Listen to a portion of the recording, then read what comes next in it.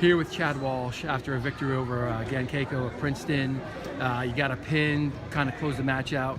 You got a lot of guys who have changed their style a little bit. This guy was a little more open. Some guys are trying to tie you up. Can you tell me how your approach is changing during the season, or from wrestler to wrestler, depending on how they present themselves? Yeah, a lot of things that I think about when I'm practicing is just, I'm working my butt off to be in really good shape. And early on in my college career, I kind of wouldn't go out there and press the action from the beginning. And, I talked to a couple guys before the season and stuff, and just, wanted to get focused on going out and getting it started from the first whistle.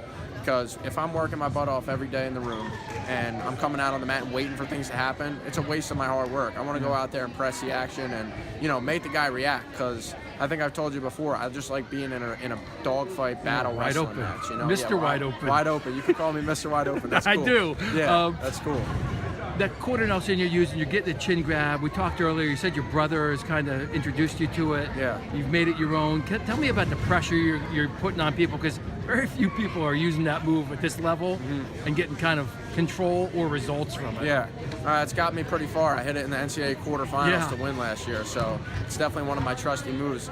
It's like another thing I just like, when I get in that position, I like applying the pressure, and it gets really tight, and I get to kind of tire guys out there. If they go over, yeah, that's awesome. But if not, I'm on them, and they're feeling my pressure, and it's just a good spot to be in. It's like heavy hands from the top position, right? It really works them. Now, can you use that on your brother? Can you take Taylor on that or not? Yeah, I don't. No. Since it's his move, I'll give him this one, but you've asked me before, I think, and I could take Taylor. In a real match, I'll take him. But I keep meaning to ask him when I see him. You hear crazy fans, right?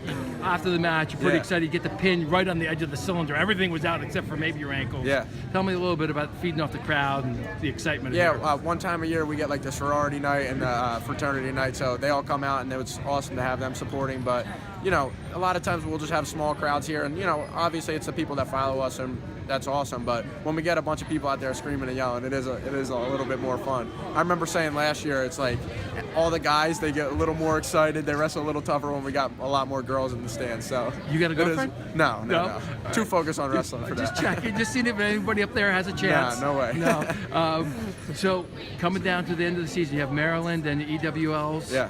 Tell me a little bit about, are you making any kind of mental transitions as far as dual meets, thinking about tournaments coming up, or is it just one day at a time at this point? Really just one day at a time, and I'm trying to take care of my body and my mind, just really be relaxed, because I know I've put in a long season so far of hard work and a lot of preparation to get to where I'm at now. So I got to let my mind relax and just get myself ready. I'm really feeling like I'm prepared for it, and every day just doing little tiny things that I can critique to get me to where I need to be by the time EWLs and Nationals roll around.